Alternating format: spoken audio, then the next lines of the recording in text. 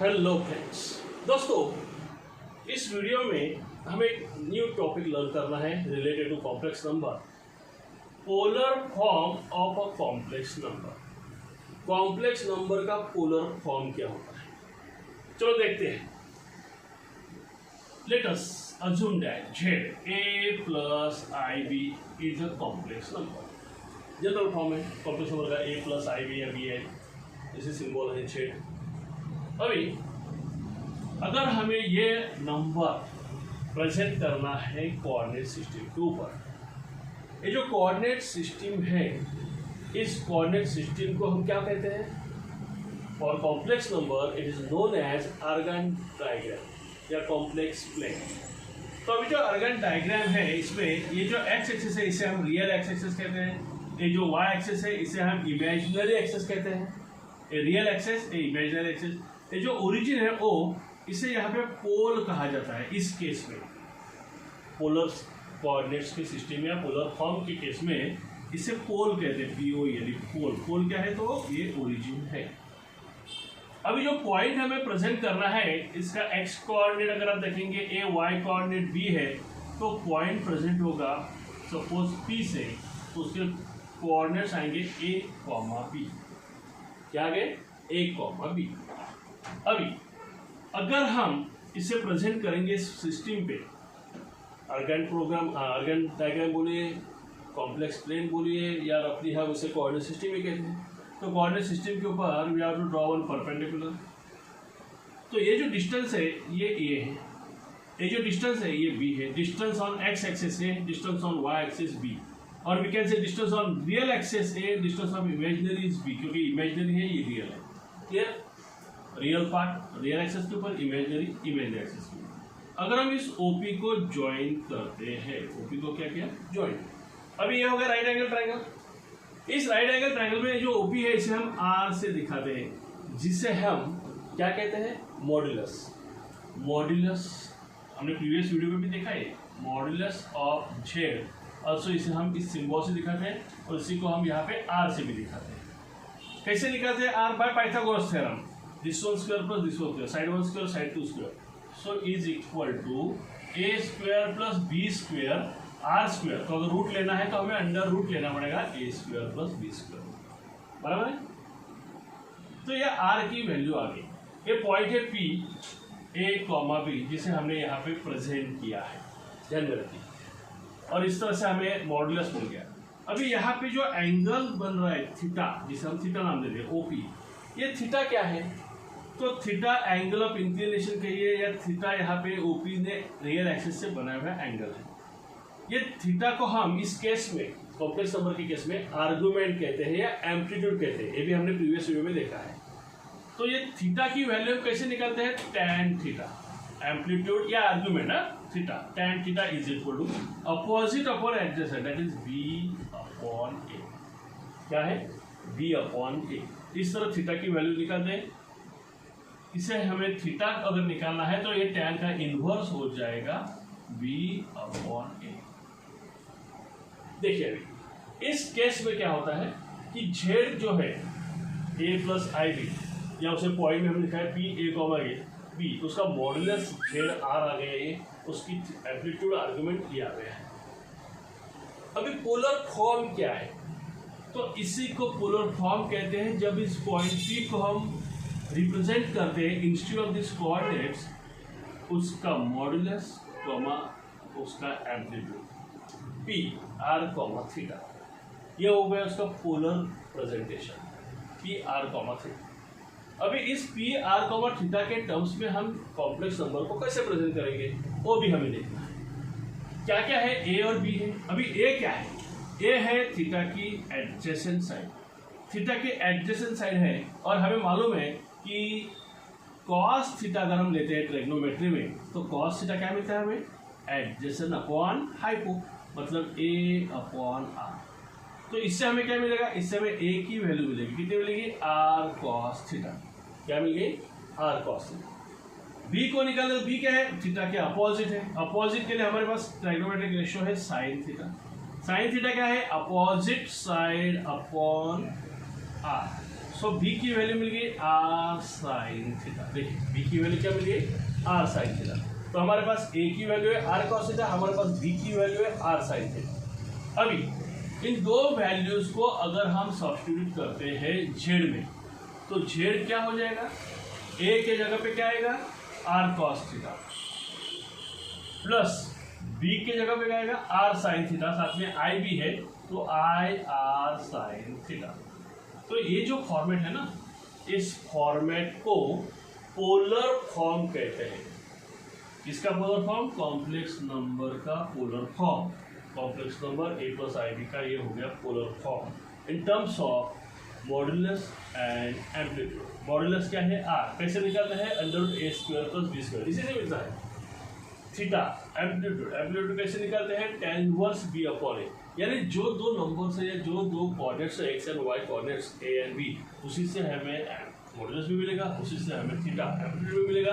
और उस आर और थीटा को यूज करके ट्राइगोनोमेट्रिक फॉर्म यूज करके हम लिखते हैं इस कॉम्प्लेक्स नंबर का पोलर फॉर्म। अभी एक जो हो गया पोलर फॉर्म, अभी इस पोलर फॉर्म का यूज करके हमें कुछ प्रॉपर्टीज भी प्रूव करना है, जो बहुत इंपॉर्टेंट प्रॉपर्टीज है, आगे चल के हमें यूज करने हैं अलग अलग प्रॉब्लम्स में। प्रॉब्लम्स बहुत इंपॉर्टेंट रहेंगे, उसी में से कुछ प्रॉब्लम्स आपको IIT JEE के एग्जाम में भी मिलेंगे। तो चलो देखते हैं क्या है। इसके पहले ठीक है, क्या फर्स्ट प्रॉपर्टी क्या प्रूव करना है हमें, फर्स्ट प्रॉपर्टी हमें प्रूव करना है आर्ग्यूमेंट मतलब एम्पलीट्यूड ऑफ Z1 Z2। देखिए मैंने प्रोडक्ट लिया, argument of Z1 Z2 is equal to argument of Z1 plus argument of Z2। ये बहुत इंपॉर्टेंट प्रॉपर्टी है, फर्स्ट प्रॉपर्टी है। पहले इसे प्रूव करेंगे फिर दूसरी करेंगे। तो इस प्रॉपर्टी को अभी हमें प्रूव करना है। कैसे प्रूव करेंगे चलो देखते हैं। तो थोड़ा इस डायग्राम को हम हटा देते हैं, ये आपके ध्यान में आ गया होगा, तो एक बार इसे अच्छी तरह समझ लीजिए। इसे भी आप थोड़ा सा नोट कर लीजिए, ताकि इस डायग्राम को हटा के यहाँ पे स्पेस खाली कर लेंगे।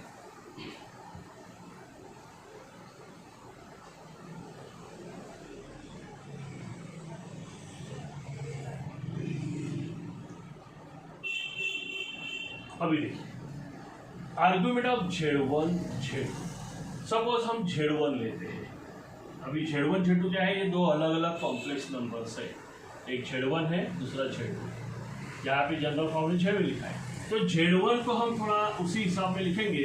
Z1 की सपोज मॉड्यूलस है R1 और एम्पलीट्यूड है θ1, तो Z1 हो जाएगा R1 cos θ1 plus I R2 cos R1 cos theta, ये साइन θ1, थोड़ा कंफ्यूज हो गया। तो क्या हो गया इसी फॉर्मेट में R1 cos θ1 plus I R1 sin θ1, ये हो गया Z1। और Z2 क्या आएगा, Z2 के लिए हम इसे R2 लेंगे, इसे θ2 लेंगे, तो ये R2 cos θ2 plus I R2 sin θ2। ठीक है, दोनों हमें मिल गए। अभी हमें प्रूव करना है LHS is equal to RHS। LHS क्या है, लेफ्ट हैंड साइड, तो इन दोनों का प्रोडक्ट क्या है देखते हैं पहले, तभी उसका आर्गुमेंट निकालेंगे ना। तो प्रोडक्ट देखने के लिए हम क्या करेंगे, इन दोनों को मल्टीप्लाई करेंगे, Z1 इंटू Z2। इसका मतलब इन दोनों को मल्टीप्लाई करेंगे। इन दोनों को जब हम मल्टीप्लाई करेंगे तो हमें क्या मिलेगा, R1 cos θ1 plus I R1 sin θ1 into R2 cos θ2 plus I R2 sin θ2। देखिए ये भी थोड़ा हटा दे दे तो फिर कम हो जाएंगे और अच्छी तरह समझ में आएगा।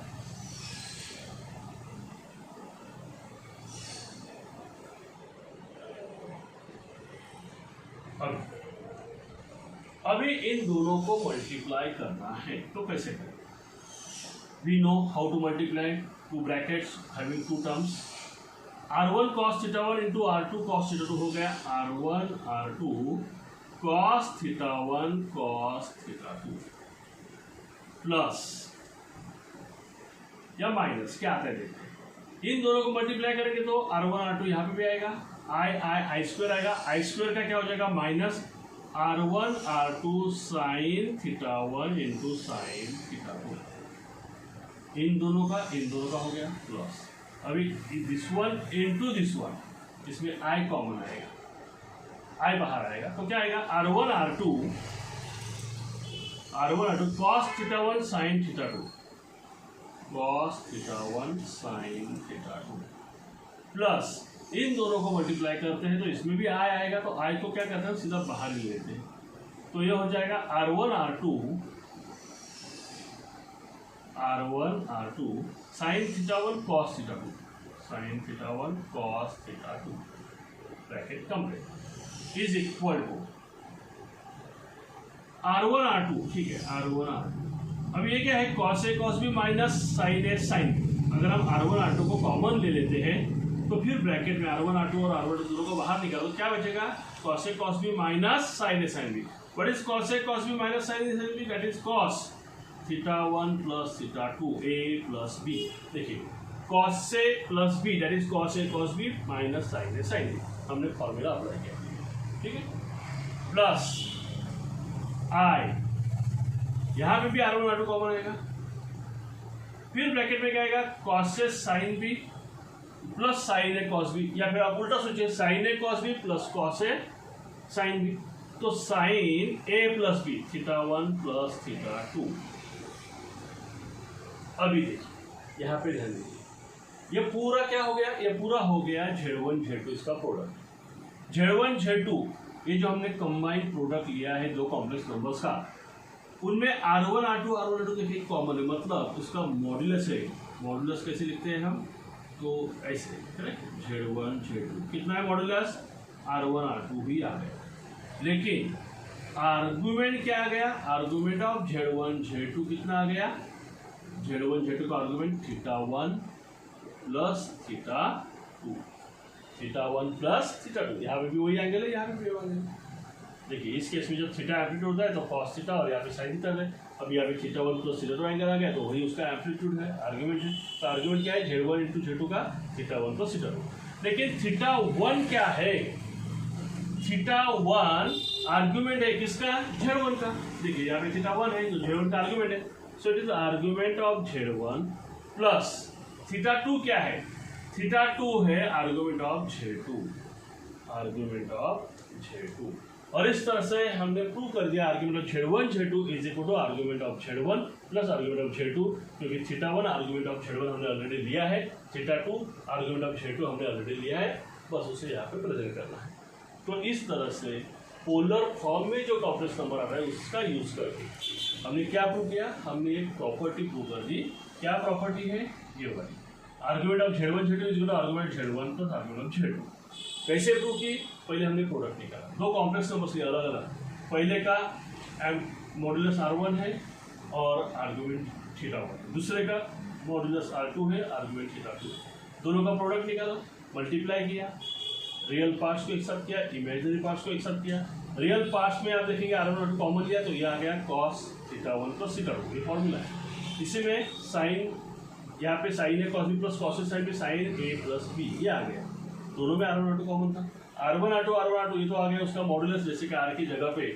हमें मिला है R1 R2 इस प्रोडक्ट में तो ये आ गया मॉडुलस और थीटा की जगह पे क्या है थीटा 1 प्लस थीटा 2 ये आ गया आर्गुमेंट लेकिन आर्गुमेंट ऑफ Z1 Z2 इस प्रोडक्ट का जो आ गया थीटा 1 प्लस थीटा 2 ये ऑलरेडी हमारे पास है थीटा 1 क्या है आर्गुमेंट ऑफ Z1 थीटा 2 क्या है आर्गुमेंट ऑफ Z2 तो हमने प्रूव कर दिया तो इस तरह से हमें प्रूव करना है किसे प्रूव करना है तो इस प्रॉपर्टी अभी और एक बात इसी के साथ हम समझ लेंगे इसे पहले अच्छी तरह से नोट कर लीजिए क्योंकि इसे थोड़ा सा रफ करना पड़ेगा और इसी के साथ नेक्स्ट पार्ट भी अभी देख रहे हैं इसी वीडियो में नोट दोस्तों पोलर फॉर्म तो हमने समझ लिया पोलर फॉर्म के साथ और एक फॉर्म आता है कॉम्प्लेक्स नंबर का जिसे कहते हैं एक्सपोनेंशियल फॉर्म तो थोड़ा इससे हटा देता हूं यहां पे मैं लिख देता हूं एक्सपोनेंशियल फॉर्म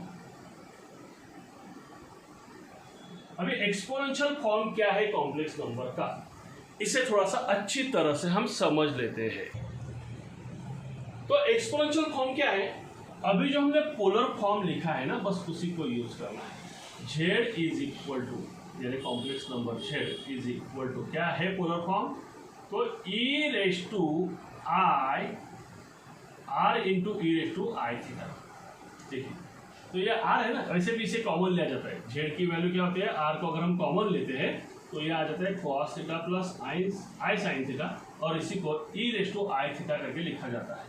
अभी ये क्यों लिखते हैं ऐसे, e raise to I theta मतलब cos theta plus I sine theta, या उसके मतलब ये ऐसे क्या कब लिखते हैं, तो ये सब भी हमें पढ़ना है।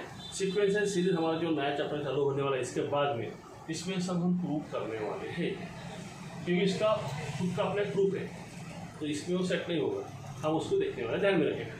तो इसी cos theta plus I sine theta को हम लिख सकते हैं e raise to I theta, R common है, और इसे कहते हैं एक्सपोनेंशियल फॉर्म। क्या कहते हैं, एक्सपोनेंशियल फॉर्म। अभी एक्सपोनेंशियल फॉर्म का यूज करके हम और एक प्रॉपर्टी प्रूव करेंगे।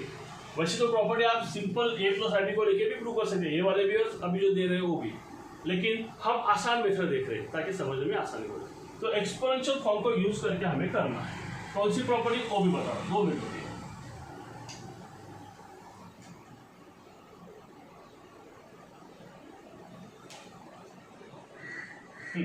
जैसे प्रॉपर्टी है आर्गुमेंट ऑफ Z1 Z2 मतलब argument of Z1 plus argument Z2, वैसे और एक प्रॉपर्टी है argument of Z1 upon Z2, that means argument of Z1 minus argument of Z2।